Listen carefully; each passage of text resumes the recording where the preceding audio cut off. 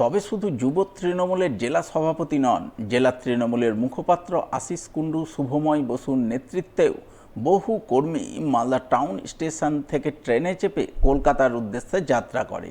তাই শনিবার সন্ধ্যার পর থেকেই মালদা শহর সহ জেলার বিভিন্ন প্রান্তের তৃণমূল কর্মীদের মিছিলে মুখরিত হয়ে ওঠে মালদা টাউন স্টেশন চত্বর।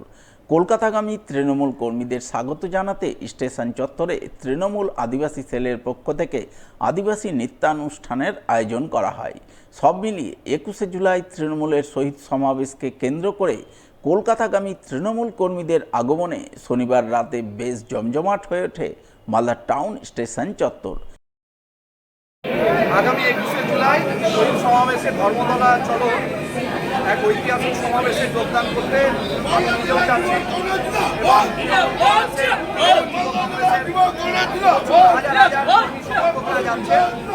ট্রেনে, বাসে, নিজের গাড়িতে সকলেই যাচ্ছে। 21শে জুলাই দলের শহীদ সমাবেশে অংশ নিতে শনিবার রাত থেকেই দলে দলে মালদার তৃণমূল কর্মী ট্রেনে, বাসে ও ছোট গাড়িতে চেপে রওনা দেন কলকাতার উদ্দেশ্যে। বাসে ও গাড়িতে চেপে তৃণমূল নেতাকর্মীদের কলকাতায় রওনা দেওয়ার ছবি রবিবার রাতে নজরে আসে মালদার ইংরেজ বাজারের সুস্তানি এলাকায়। এই উপলক্ষে এদিন মালদা জেলা তৃণমূলের পক্ষ থেকে সুস্তানি মোড়ে সহায়তা ক্যাম্প খোলা হয়। সেই ক্যাম্পের আনুষ্ঠানিক উদ্বোধন করেন জেলা তৃণমূল সভাপতি আব্দুর রহিম বক্সি। এছাড়া উপস্থিত ছিলেন জেলা তৃণমূলের সাধারণ সম্পাদক প্রসেনজিৎ ঘোষ, জেলা পরিষদের সভাধিপতি লিপিকা বর্মন ঘোষ, আইএনটিটিইউসির রাজ্য সাধারণ সম্পাদক শুভদীপ সান্যাল, ইংরেজবাজার পৌরসভার ভাইস চেয়ারম্যান সুমালা আগরওয়ালা সহ অন্যান্যরা। এদিন তাদের তদারকিতে মোট 38টি বাস এবং 250টি ছোট গাড়িতে চেপে বহু তৃণমূল নেতাকর্মী কলকাতার উদ্দেশ্যে যাত্রা করেন। তাই তাদের জন্য সুস্তানি মোড়ের ক্যাম্পে খাওয়া দাওয়া, পানীয় জল সহ মেডিকেল ক্যাম্পের আয়োজন করা হয়। প্রোগ্রেসিভ হেলথ অ্যাসোসিয়েশনের মেডিকেল ক্যাম্পে হাজির ছিলেন সংগঠনের রাজ্য সহসভাপতি ডক্টর তাপস চ্যাটার্জি সহ অন্যান্যরা। এখানে আজকে সুস্তানি মোড়ে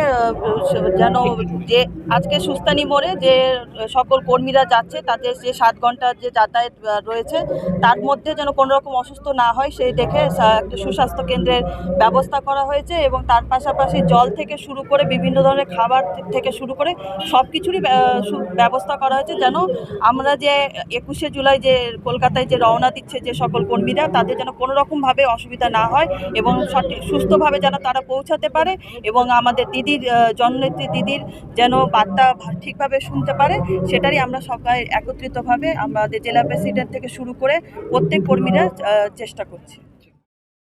সোমবার 21শে জুলাই তৃণমূলের শহীদ সমাবেশ, তাই শহীদ সমাবেশে অংশ নিতে শনিবার রাতে পুরাতন মালদা পৌরসভার ভাইস চেয়ারম্যান শফিকুল ইসলামের নেতৃত্বে বহু তৃণমূল কর্মী বাসে চেপে রওনা দিলেন কলকাতার উদ্দেশ্যে।